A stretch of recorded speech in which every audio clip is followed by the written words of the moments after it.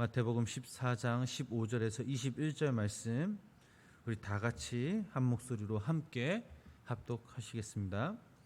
저녁이 되매 제자들이 나와 이르되 이곳은 빈들이요 때도 이미 저물었으니 무리를 보내어 마을에 들어가 먹을 것을 사 먹게 하소서. 예수께서 이르시되 갈 곳 없다. 너희가 먹을 것을 주라. 제자들이 이르되 여기 우리에게 있는 것은 딱 5개와 물고기 2마리뿐이다.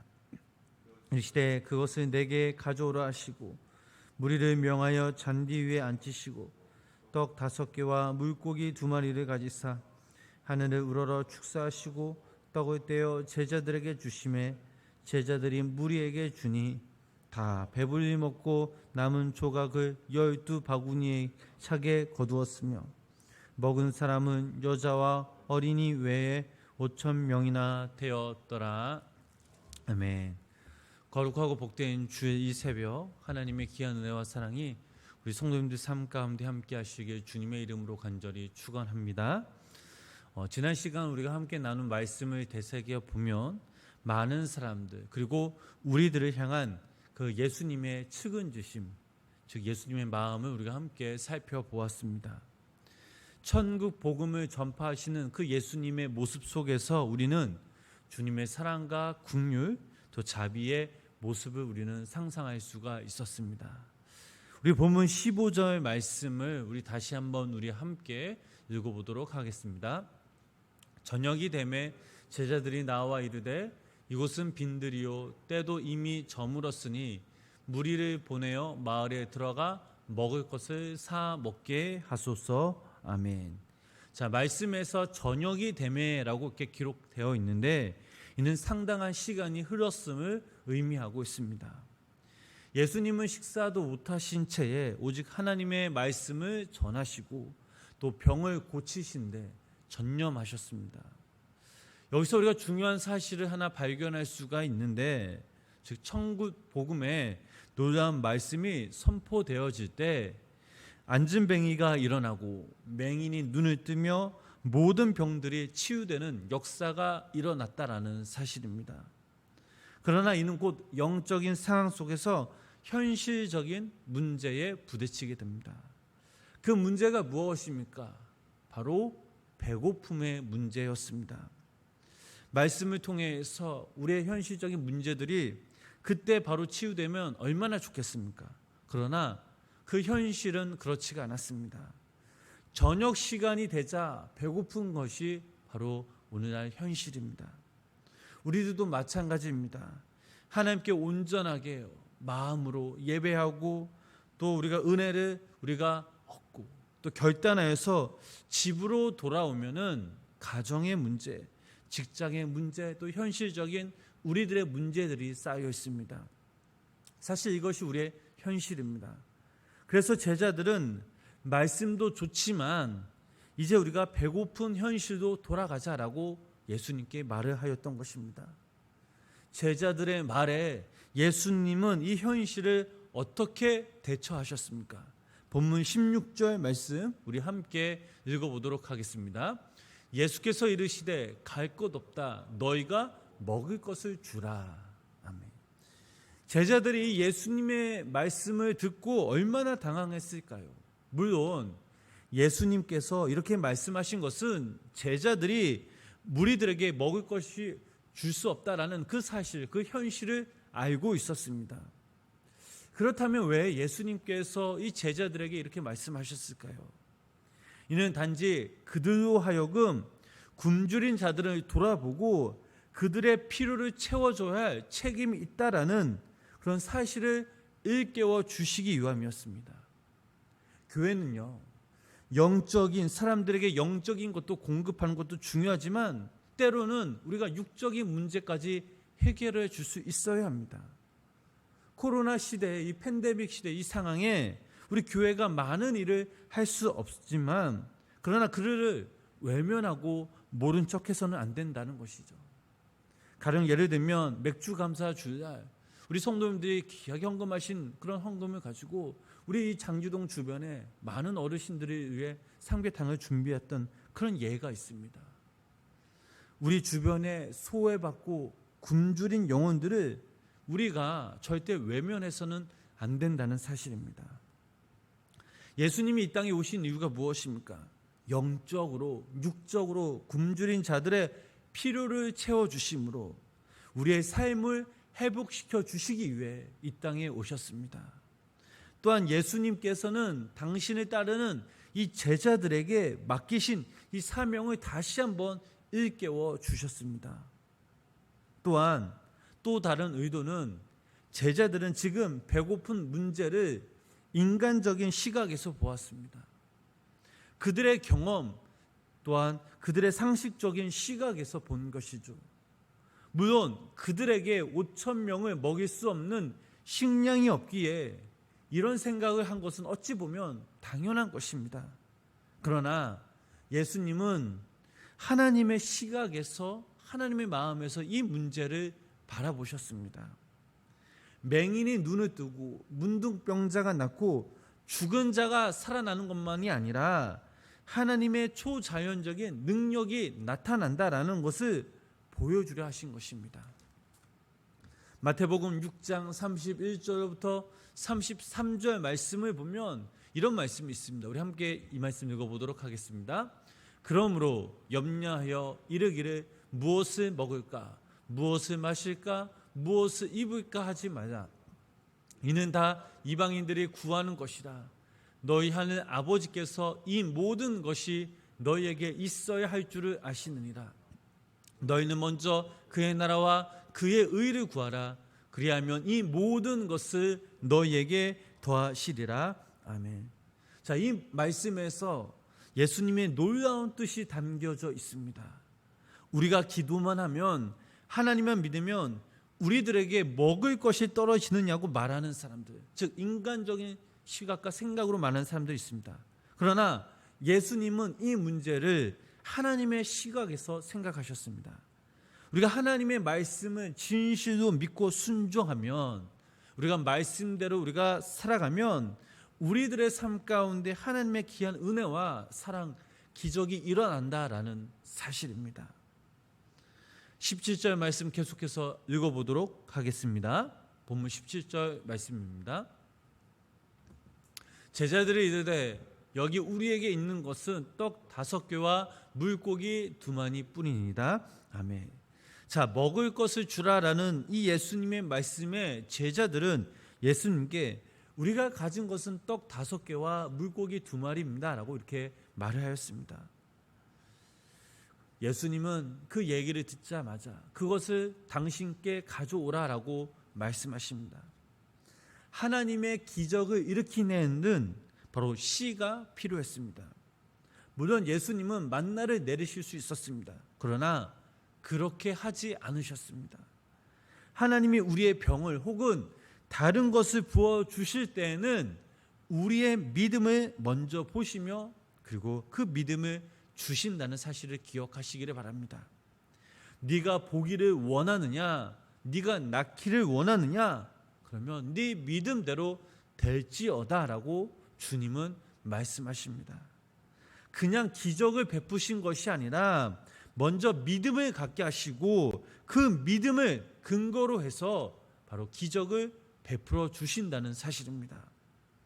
지금 예수님은 많은 사람들에게 물질로 무엇을 사 먹게 하는 그런 방법을 쓰지 않으셨습니다.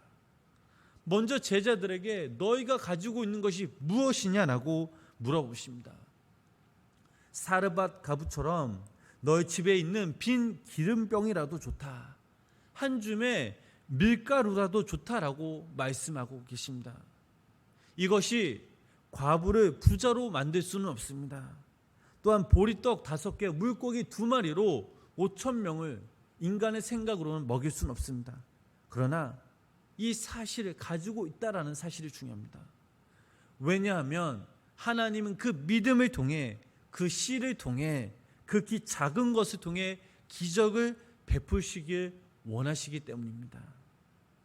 하나님이 우리들에게 요구하시는 것도 이와 마찬가지입니다. 하나님이 당신이 보시기에는 보잘것없는 것일지라도 많은 양보다는 우리의 마음, 즉 우리의 정성을 더 중요하게 생각하십니다. 수많은 말보다 한 가지 행동을 더 중요하게 생각하시는 분이 바로 주님이십니다. 겉으로 나타나는 행동보다는 그 행동을 하게 된 우리의 동기, 우리의 마음을 더 중요하게 생각하십니다. 하나님의 축복은 주는 자의 문제가 아닙니다. 받는 자의 문제입니다. 주시는 분은 하늘의 문을 열어 신령한 복과 땅의 기름진 복으로 채워주시길 원하십니다. 그러나 우리 스스로 죄로 인해서 우리의 마음의 문을 닫고 교만의 마음으로 문을 닫고 하나님을 사랑하지 않고 순종하지 않는다면 하나님은 우리들에게 부어주시고 싶어도 부어주실 수가 없다라는 사실입니다. 그분에게 그 은혜와 축복이 없는 것이 아닙니다. 우리가 거부하고 우리 스스로 제한하고 있기 때문에 하나님의 축복이 우리를 통하여 역사하지 않는다는 사실입니다. 주시기를 원하시는데 우리의 믿음이 연약하고 교만하기 때문에 하나님의 축복이 우리에게 오지 않는다는 그 사실을 기억하시기를 바랍니다. 계속해서 본문 18절부터 20절 말씀을 우리 함께 읽어보도록 하겠습니다. 이르시되 그것을 내게 가져오라 하시고 무리를 명하여 잔디 위에 앉으시고 떡 5개와 물고기 2마리를 가지사 하늘을 우러러 축사하시고 떡을 떼어 제자들에게 주시매 제자들이 무리에게 주니 다 배불리 먹고 남은 조각을 12바구니에 차게 거두었으며 아멘. 자, 예수님은 보리떡 5개와 물고기 2마리를 가져오라 하시고 무리를 잔디에 앉히게 하셨습니다. 그리고 떡과 물고기를 가져다가 축사하셨습니다. 그리고 그 축복하신 것을 나누어 주시니 그곳에 모였던 모든 사람들이 다 배불리 먹고 12바구니가 남았다고 하였습니다. 여기서 우리가 주목해야 할 사실은 제자들이 예수님께 준 이 떡과 물고기가 그냥 쌓여 있을 때가 아니라 예수님께서 떼어 주실 때에 엄청난 양으로 불어났다라는 사실입니다. 이와 같은 사실에서 우리가 영적인 교훈을 얻을 수가 있는데 그것은 곧 하나님 안에서 모든 사람으로 풍성하게 쌓일 수 있는 그 비결은 바로 쌓아둠이 아니라 바로 나눔이라는 사실입니다. 나눔은 풍성하게 하는 비결입니다. 하찮은 이 보리떡 5개와 물고기 2마리가 나누어질 때에 5,000명이 훨씬 넘는 그런 사람들이 그것을 먹고 배를 채우고도 남았던 것처럼 하나님 안에서 보잘것없고 하찮은 것일지라도 그것이 나누어질 때에 엄청난 양으로 배가 되어 모든 사람으로 풍성케 할 수 있다라는 사실입니다. 오늘날 이 땅의 교회들의 모습은 어떠합니까? 땅을 사고 저축고를 늘리는 쌓아두기만의 연념이 없습니다. 하나님께서 복을 주시길 원하시는데 나누려 하기보다는 오직 자신들에게만 위해 사용하려고 합니다. 제가 이 말씀을 준비하면서 우리 생명나무 교회 생각이 났습니다. 땅 부지를 사고 또 건축하는 과정 가운데 어려움이 있었고 빚도 있었지만 그러나 그때에 그 정말 어려운 그 상황 가운데 교회 분리 개척을 하고 세계 곳곳에 교회를 세우고 선교관을 건축했던 그런 기억이 남았습니다. 하나님을 사랑하고 이웃을 사랑하는 것, 저희 교회에서 너무나 자주 사용하는 문구입니다. 뿐만 아니라 목사님께서 목회하실 때에 이웃 사랑을 실천하시어 선교하시며 구제하시는데 아끼지 않은 삶을 사셨습니다. 또한 이것이 성도님들에게 큰 영향을 미쳐서 많은 성도님들이 함께 나누는 삶을 통해서 교회뿐만 아니라 모든 성도님들의 이 가정이 하나님께로부터 참 귀한 복을 얻었던 가정들이 너무나 많이 있습니다. 사랑하는 성도 여러분, 예수님께서는 당신의 말씀을 듣고 병고침을 받기 위하여 광야까지 쫓아온 그 무리들을 먹이실 때 제자들이 가지고 있었던 보리떡 5개와 물고기 2마리를 사용하셨습니다. 이는 결코 예수님께서 이 작은 것들이지만 그러나 이 작은 것들을 통해서 하나님의 시각을 통해 하나님의 기적을 체험하시기 위함입니다. 예수님께서는 이러한 재료들이 없어도 능히 그곳에 모였던 수많은 사람들을 먹이실 수 있는 그런 분이셨습니다. 그럼에도 불구하고 예수님이 이처럼 제자들이 가진 재료들을 사용하신 그 이유는 제자들도 하여금 당신의 일은 오직 자신이 가진 그런 모든 것을 기꺼이 내어놓는 자발적인 헌신에 의해서만 이루어질 수 있다라는 사실을 깨닫게 하기 위함이었습니다. 하나님의 일은 오직 명령을 이루기 위해 자신의 모든 것을 기꺼이 내어놓을 때 자발적인 헌신을 통해 이루어진다라는 사실입니다. 그러므로 우리들도 전심으로 하나님의 뜻을 이루기 원한다면 그 뜻을 위해 우리가 먼저 말씀에 순종해야 합니다.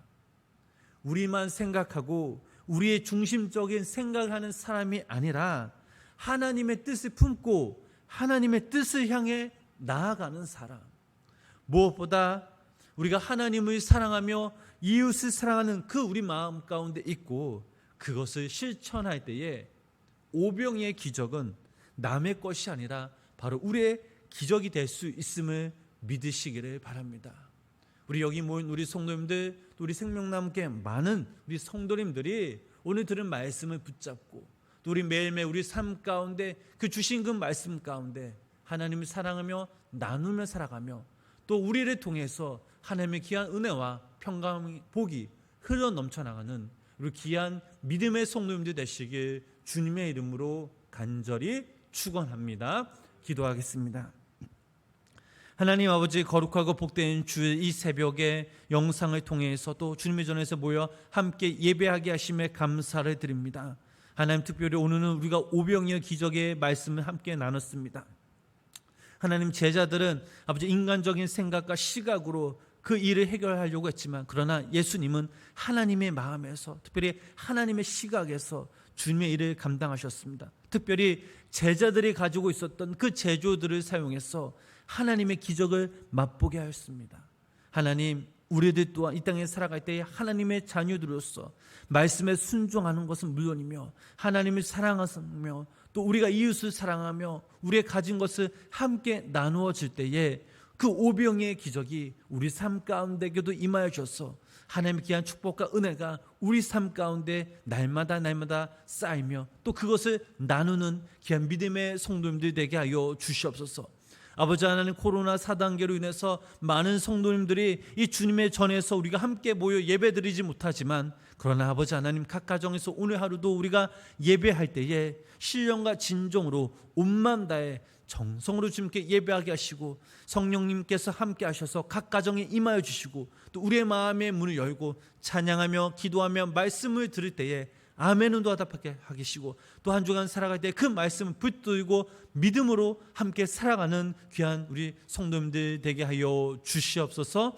예수님의 이름으로 간절히 기도드렸습니다. 아멘.